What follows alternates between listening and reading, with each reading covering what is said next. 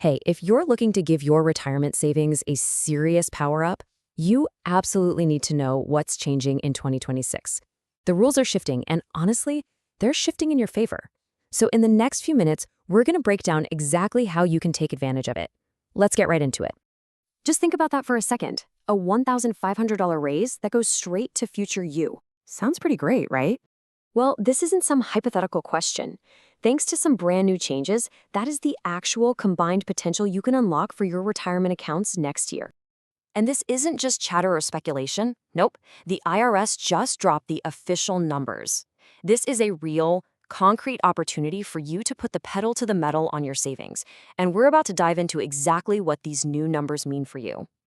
So you might be wondering, why do these limits even change? Well, it all comes down to something called a cost of living adjustment, or COLA for short. Think of it like this. As prices for everything go up, inflation, your money doesn't stretch quite as far. The government gets this, so they raise these savings limits to make sure your ability to build wealth keeps up with the economy. It's basically a built-in protection for your financial future.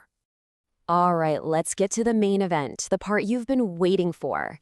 In this first section, we're going to cover the big, core numbers you absolutely need to get tattooed on your brain as you plan for 2026. These are your new targets. First up, the big one, your 401k or, whatever similar plan you have at work. For 2026, the maximum amount you can sock away is jumping up to a whopping $24,500. This is the main engine for building your wealth, and it just got a serious power boost. And the good news doesn't stop there, not at all. Your individual retirement account, your IRA, is also getting a really nice bump. For 2026, the new contribution limit is $7,500. So whether you're Team Traditional or Team Roth IRA, this is another incredibly powerful tool in your financial toolkit. Okay, so let's just put this all in perspective. Your 401k limit is jumping up by a full $1,000. Your IRA limit is going up by $500. You add those two together, and bam, that's an extra $1,500 of contribution space you now have to put to work for your future. That's huge. So we have the new numbers, which is great, but the numbers themselves aren't even the most important part of this whole story. The most powerful variable you have on your side, especially when you're early in your career, is time. And waiting even a little bit can be unbelievably expensive. We've all had this thought, right? Life gets crazy, unexpected bills pop up, and it is so easy to think, you know what, I'll get serious about saving in a year or two. But what does that little delay actually cost you in the long run? This chart, this tells a really powerful story. See the bar on the left? That's what can happen if you start maxing out your contributions right away in 2026. And the bar on the right? That's what happens if you wait just 2 years. That gap between them, that is the literal price of procrastination. It's the magic of compound growth that you can never, ever get back. Over your whole career, that tiny delay could literally cost your tens, maybe even hundreds of thousands of dollars. Okay, so you're on board. You're committed to starting right now. I love to hear it. But what happens down the road as your career takes off and your income starts to climb? Well, that's when some more advanced rules and opportunities start to pop up. So let's look at what you should keep on your radar for the future. Here's the thing you gotta know. The tax code has all these different rules, and a lot of them are based on how much money you make. Understanding these income levels, or thresholds, is really the key to leveling up your saving strategy as you get those well-deserved raises over the years. Okay, here's a super important one. If you have a 401k at work, your ability to get a tax deduction for your traditional IRA contributions can actually be limited by your income. For 2026, if you're a single filer, that phase-out range starts at $81,000 and goes up to $91,000. It's just something to keep in the back of your mind as your salary starts to climb. And here are a few more key income levels to know.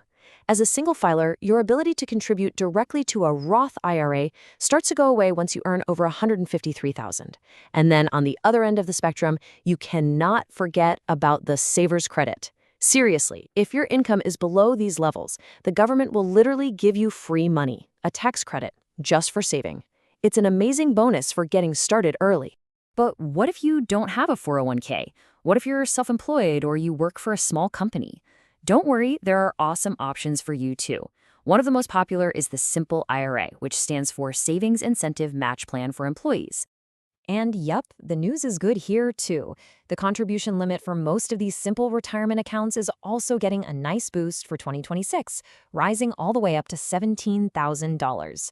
The key takeaway here is simple. No matter where you work, there are powerful tools out there to help you save for your future.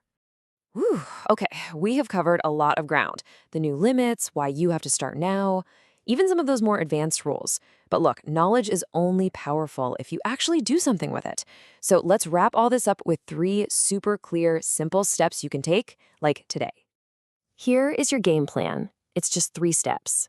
First, log into your 401k account and just bump up your contribution rate. Seriously, even 1% makes a huge difference over time. Second, make a plan to fund your IRA to hit that new $7,500 limit. And third, and I mean this is the most important step of all, automate everything. Set it and forget it. That is the secret sauce to building wealth consistently. I really want to leave you with this thought. It is so easy to look back and wish you'd started sooner. We all do it, but you can't change the past. What you can do, what you have total control over, is today. These new 2026 limits are your opportunity to plant that tree right now. So the only question left is, what are you going to do with it?